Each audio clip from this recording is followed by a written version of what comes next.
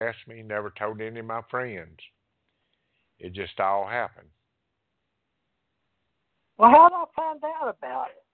Somehow it traveled. We didn't have the internet back then, but news traveled like wildfire. Somebody must have got hold of something in the newspaper or something, right? Well, you know what I figured? What? Back then, everybody was real nosy, and they would Yeah. carry these scanners around, and they would listen to the police department and the fire department, and probably went out on one of them scanners when the sheriff department picked us up, and that might be how they found out. Because see, I was mad at Charlie for years. I didn't speak to him for a long time because I thought he was the one that broke the story. Well, two truck drivers, if they heard it going through there, because I was one of those. And if we hear anything like that, we're going to share it. Oh yeah, once they hit that CB radio back then, that was the gossip line, worse than the That's right. internet. Still is. At least it was Yeah, when I was training truck drivers. but I trained them with those computer satellites and their oh really? Yeah. But people Well, don't understand that was a different time. No cell phones, no computers, no social media. Matter of fact, at mm-mm. home, I still had a party line, and you'd get there was 7 people on our party line, and you had a ringtone. It would ring Well, they may have one heard you long, talk. one short. They might have heard you talking. We used to pick up on the party line. I know what you're What? talking about, Yeah, Louisiana. I'm telling Yeah. you. And you'd hear your ringtone and pick it up. You'd hear 7 more clicks, and everybody just Uh-huh. knows it. There's no Yeah. difference in the day than what it was back then. Yeah. I've always been the type that I wanted to mind my own business and just kind of stay to myself. And that's pretty much what I've done all my life. I'd go work. The only people that knew what my real name was the ones writing the paycheck. And it eventually got to where when they was asking questions, I bought my own construction company. So I didn't have to listen to a bunch of bull about it. And that's how I ended up back here on the Gulf Coast. Oh, okay. So, where I lived in Kentucky for 20 years with my husband, I didn't know half them people by their real name, and to this day. But you knew them; they were your neighbors, but they didn't like you to know their names. They all had a handle or CB. It's so funny unless they were in government. Like I knew Sheriff Errol Doolin and Mr. Yeah. Johnson that ran the county courthouse. But you know what I'm talking about. People, your neighbors and stuff, I don't know what they were doing in them hills. I guess it comes from the moonshine days. I'm not really Yeah. sure where it comes from, but my husband said he used to run moonshine before they Oh, had race yeah. car drivers. But he was born in '59, but he's passed now. But it's amazing how things have changed. And now I was talking to Janet. You've been on her show. She and I was talking she said, you want me to come on? I said, no, I think I can handle it. Yeah. handle it. But she'd already got you, and so had Mad. Mad got you on his radio show. But, Uh-huh. each time somebody talks to you, I know you've got the main story down because you got to have your timeline. And that apparently was real important. You want to tell people about that? Because how'd you get so famous? Because You you didn't know, want to be known. I didn't want to be known, and this is really strange the way all this happened. And it was just last year, 2018, July 2018. But a month before that, we had a neighbor died. Now I didn't really know her neighbors. I didn't associate, but I thought it was the only decent thing we could do is go to the wake.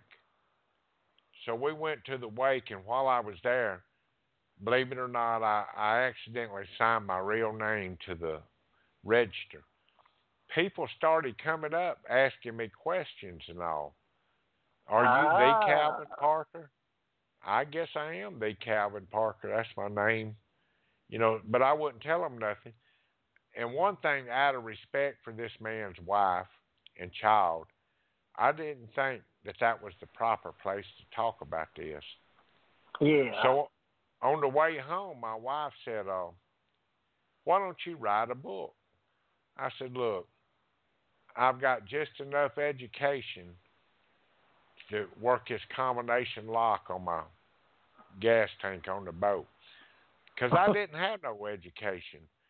And I have no desire to write a book.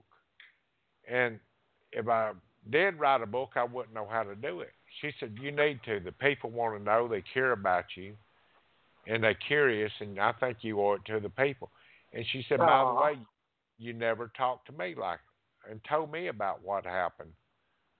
I said, well, no, I know. And I won't never tell you what happened, I don't believe.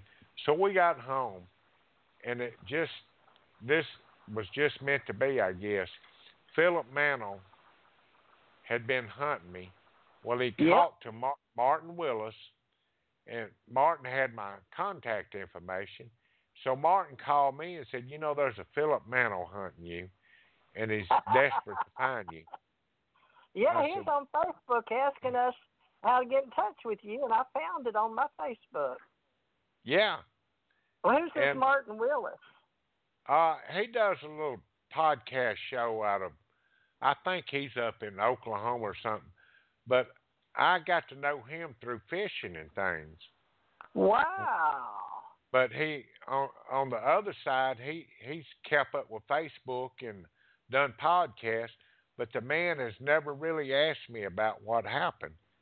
Wow. So that's how I got to know Mark. Mark. Your real name? That's how you got founded, because Philip was on my Facebook asking, and I said, well, he lives over here in Pascagoula, but I didn't pursue it. Calvin, I knew I was supposed to, but I can't explain it. I know, I knew, I always knew, but now how did I find out? I love this stuff. It's synergy, and I love supernatural and fascinating things, and I want to talk to you about it. We got an hour left if you can stay, but I want to look at all this stuff that's spooky around this stuff, because, when we're kids, and I totally get you didn't want to be known, because I got abducted when I was a kid. And I went to White Sands, New Mexico, and my story don't make sense. There's too many things. So I thought it was because I died when I was a kid, and I thought it was because I made touch with something. And then a guy came, and when the man was walking on the moon and wanted to have a baby with me, and I felt sort of hypnotized, brown hair, blue eyes, and he went out, and he went into this bright white light. And he disappeared. But you said you had a bright white light, so there's two coincidences. Or is it? Yeah. You know what I'm saying? I don't know, because I thought, I looked and I ran to the Carter, but he came back later because I'd lost a baby, and I wondered what happened to it, and he said the baby was fine. We took it. So I kept, nobody ever knew that. Nobody. And I kept it till I did my radio show with Janet. She was prodding me to tell my strange stories. So, but that was hard because I didn't want to admit it to myself. But you know what I'm saying? It's too crazy. That's not the only thing either that happened to me. No, this is something that's really hard to talk about. Now, I went in '93, and I did let Bud Hopkins hypnotize me. And what happened there? I went to Cat Island to do some fishing. Well, when I got to the island, I told my wife, I said, look, I'm going to run out and I'll be home before dark, because back in I didn't stay out on the water after night anymore. Yeah. And this was '93. I said, fix me a lunch and I'll see you before dark. So I left, and I remember sitting down fixing to eat my lunch. And the next thing I remember, now this is 11 o'clock in the day, before noon. Next thing I knew, when I got back to my truck, it was 3 o'clock in the morning. So I had all this missing time. Well, a friend of mine that was kind of following me around, I mean, he never asked me about it, but he was a reporter for Channel 25 here on the coast. And we had just became friends, and he knew who I was. And he said, look, there's a guy giving a lecture you need to talk to. He's got a book on missing time. I said, who is that? He said, well, he's in Tampa, Florida now at a conference. Now, I didn't know what a conference was or who Bud Hopkins was or nobody else. He said, let's go see him. So we jumped in the car and we run down, and I said, look, I'm not going to no conference. You go in there and see. He probably won't know who I am. I doubt it. But just see if he'll talk to us. I want to ask him about this book that he's wrote. Maybe buy a copy from him. Okay. So Bill went in there and was talking to him, and he said, Calvin Parker wants to talk to you about some missing time. He said, look, I want to talk to him. Tell him, go to my room. Y'all, here's the key. Y'all go to my room. When I get through here, I'll be right there. So Bud showed up in we went to his room, and he showed up just a few minutes later and introduced himself. Of course, I didn't know who he was. I didn't keep up with none of this stuff up until last year. And he said, look, let me hypnotize you.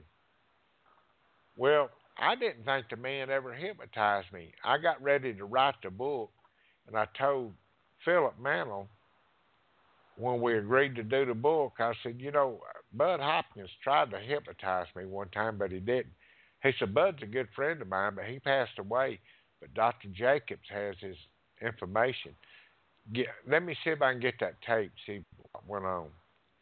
I said, well, that's fine with me. Well, come to find out, he had hypnotized me. He put a post-hypnotic suggestion in my mind that I would not remember it until it was time to remember it. Well, we got the tape while I was doing the book. And one of the deals I had with Philip when I agreed to do the book, Philip, I'm not educated. You don't change a word in there. You don't change a misspelled word. You don't put a punctuation mark nowhere. What it is, this book is what it is. Because all my life, the news media has changed this story. And we agreed, and that's how the book came out. So I was doing the book, you know, and he was wanting to release it. He told me, he said, it'll probably take you 2 or 3 years to write a book. I said, Bull, if I can read one in a week, I can write one in a week or two. Good. So man. I went to my room, and I closed my door, and I didn't answer the front door, and I didn't answer the phone for 2 weeks. When I come out, the book was there, and that's when I told Philip about Bud Hopkins' tape, and that's when he got it. Well, he mailed me a copy of it, sent me the transcripts on the computer, and I couldn't believe it. And I didn't go all the way to through the tape because I wanted to remember it like I remembered it.